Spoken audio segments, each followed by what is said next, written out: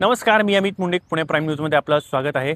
मंडळी, काही दिवसापूर्वीच पुणे रेल्वे स्थानकावरती एका लहानशा चिमुरडीवर एका नराधमाने अत्याचार केल्याची घटना उघडकीस आली आणि एकंदरीत ही जी घटना आहे काही दिवसापूर्वी घडली होती, मात्र गेल्या 2 दिवसापूर्वी ही घटना उघडकीस आली आणि पुणे स्थानकातील जे रेल्वे पोलीस आहेत त्यांच्या एकंदरीत कारवाईनंतर ही मुलगी त्यांना सापडली आणि एकंदरीत रात्री 1 ते 1:30च्या सुमारास ते प्रवास करत होते मध्य प्रदेशला जाण्यासाठी आणि ते रेल्वे स्थानकावरती झोपले होते तिचे आई वडील आणि ती चिमुरडी. आणि जो नराधाम होता त्यांनी त्या चिमुरडीला खाऊ देण्याच्या बहाण्याने तो तिला बाहेर घेऊन गेला आणि तिच्यावरती अत्याचार केले. आणि ज्यावेळेस तिच्या वडिलाला जाग आला आणि त्यानंतर काही वेळातच त्यांनी पोलीस स्टेशन गाठलं आणि त्यानंतर मात्र ती चिमुरडी भेटली. मात्र चिमुरडी भेटल्याच्या नंतर मात्र तिच्या ड्रेसवरती रक्ताचे डाग पाहायला मिळाले आणि त्यानंतर एकंदरीतच काय प्रकार घडला असावा हे पोलिसांना आणि त्यांच्या घरच्यांना देखील लक्षात आलं आणि त्यानंतर तात्काळ त्यांनी CCTV फुटेज तिथले चेक केले आणि तो जो नराधाम होता त्याला तात्काळ पकडण्यात आला. आणि याच अनुषंगावरती आज महिला आयोगाच्या अध्यक्ष रुपाली चाकणकर यांनी देखील पत्रकार परिषद घेतली. आणि 17 तारखेला पुणे रेल्वे स्टेशनवरती मध्य प्रदेशमधून आलेला परिवार आणि त्यांच्या समवेत प्रवास करणारा आरोपी यांनी पुढील रेल्वे येण्यासाठी 4 तासाचा अवधी असताना हे संपूर्ण कुटुंब पुणे रेल्वे स्टेशनवर उतरलं आणि त्या परिवारासोबत झोपी गेलेली 4 वर्षाची एक मुलगी होती. त्याच्यामध्ये प्रवासादरम्यान आरोपीची, मुलीची आणि तिच्या कुटुंबियांची ओळख झाली होती. पण या निष्ठुर आरोपीने 4 वर्षाच्या मुलीला खौचे आमिष दाखवून मालधक्क्यावर नेऊन तिच्यावर अत्याचार केला.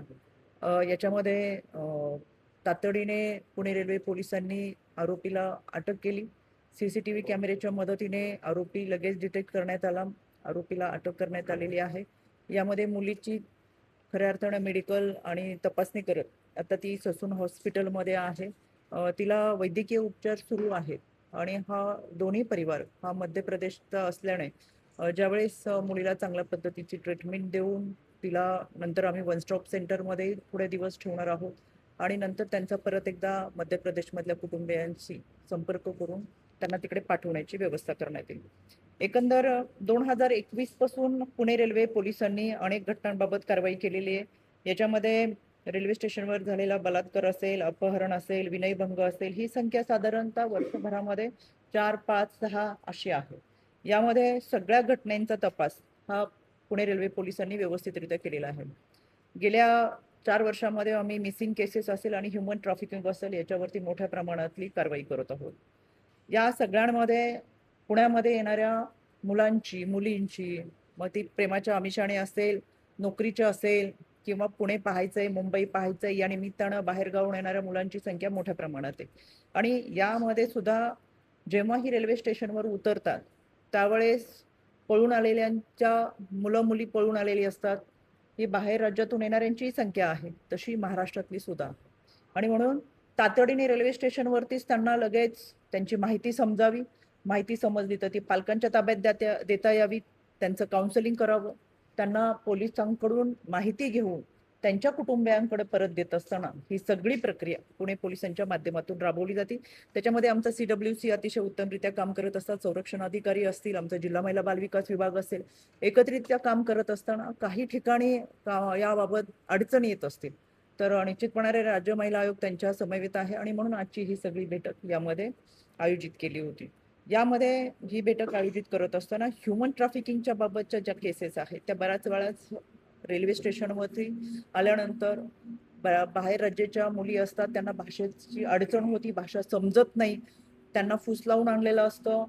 त्यांना सुद्धा संरक्षण देण्याची जबाबदारी ही आपली पुणे पोलीस रेल्वे विभागातून घेतली जाते. पण याच्यामध्ये काही तोडगा काढता येतो का? कारण की आपल्याला त्यांची भाषा समजत नाही, त्यांना आपण बोललेलं समजत नाही, फारसं हिंदी इंग्लिशची माहिती नसते. अशाही मुलींची संख्या मोठ्या प्रमाणात आहे आणि म्हणून मग त्यांना ताब्यात घेतल्यानंतर त्यांचं पुनर्वसन करत असताना अनेक अडचणी येत राहतात. त्यांच्या कुटुंबियांचा शोध घेतानाही अनेक अडचणी येत राहतात आणि म्हणून खऱ्या अर्थानं सुरक्षित पुणे हे आपण चांगल्या पद्धतीने राबवत असताना ज्या काही त्रुटी आहेत त्या दुरुस्त करून चांगल्या पद्धतीची सुरक्षितता ही रेल्वे स्टेशन पोलिसांच्या माध्यमातून देण्यात यावी यासाठीच्या सूचना राज्य महिला आयोगाच्या वतीने करण्यात आलेली आहे. 2026 म्हणजे या वर्षामध्ये एकूण 13 मुलं आणि मुली ही पुणे रेल्वे स्टेशनवर सापडली. मग ती त्याच्यामध्ये घरातून पळून आलेली आहेत, काही केवळ बाहेरच्या जगाचं आकर्षण आहे म्हणून आलेली आहेत, काही नोकरीच्या निमित्तानं आलेली आहेत, पण ही अल्पवयीनमध्ये असते. त्यांना पोलीस ठाण्यातून पालकांच्या ताब्यात 2 मुलं दिलेली आहेत, एक मुलगा आणि एक मुलगी. याच्यामध्ये बालगृहामधून पालकांच्या ताब्यात म्हणजे काही दिवस बालगृहामध्ये ठेवून पालकांच्या ताब्यात दिलेल्या एक मुलगी आहे आणि बालगृहामध्ये अजूनही ठेवलेल्या किंवा मुलं आणि मुलींची संख्या ही 10 आहे. आता ही 10 मुलं आणि मुली बालगृहात जी ठेवले तर त्यांचा परिवाराचा तपास करणं, त्यांना पालकांच्या ताब्यात देणं, त्यांचं काउन्सिलिंग करणं, पुन्हा त्यांनी घर सोडू नये याच्यासाठीचा प्रयत्न हा CWCच्या माध्यमातून चालू आहे. आणि म्हणून या सर्व अनुषंगाने आजची ही मीटिंग पुणे रेल्वे पोलिसांच्या समवेत लावलेली आहे. याच्यामध्ये सर्व अधिकारी उपस्थित आहेत. ससून रुग्णालयाचे आमचे अधिकारी सुद्धा या ठिकाणी आहेत, कारण की रेल्वे स्टेशनच्या बाबत कोणतीही तक्रार असेल, कोणताही गुन्हा असेल, अन्याय अत्याचाराच्या घटना असतील तर त्या ससून रुग्णालयाच्या माध्यमातून त्याचा मेडिकल रिपोर्ट दिला जातो. आणि म्हणून अशा पद्धतीच्या घटना घडूच नाहीत याच्यासाठी अतिशय सतर्क राहत. CCTV कॅमेरे असतील, सेन्सिटिव्ह एरिया ज्या ठिकाणी आहेत त्या ठिकाणची दामिनीची गस्त असेल, रेल्वे स्टेशनवरची स्वच्छतागृह आहे, त्याचबरोबर बाहेरून येणाऱ्या टवाळखोरांना रेल्वे स्टेशनच्या आवारामध्ये कुठेही प्रवेश मिळू नये, जेणेकरून फक्त पॅसेंजर यांचा तपास व्यवस्थित करून त्यांना आतमध्ये सोडलं जावं, अशा पद्धतीच्या सूचना या आजच्या बैठकीमध्ये देण्यात आलेल्या. पुन्हा 1 ते 1.5 महिन्याच्या कालावधीमध्ये स्वतः मी रेल्वे स्टेशनच्या भागामध्ये जाऊन या सगळ्या गोष्टींच्या ज्या सूचना दिल्यात त्याची पाहणी करेन.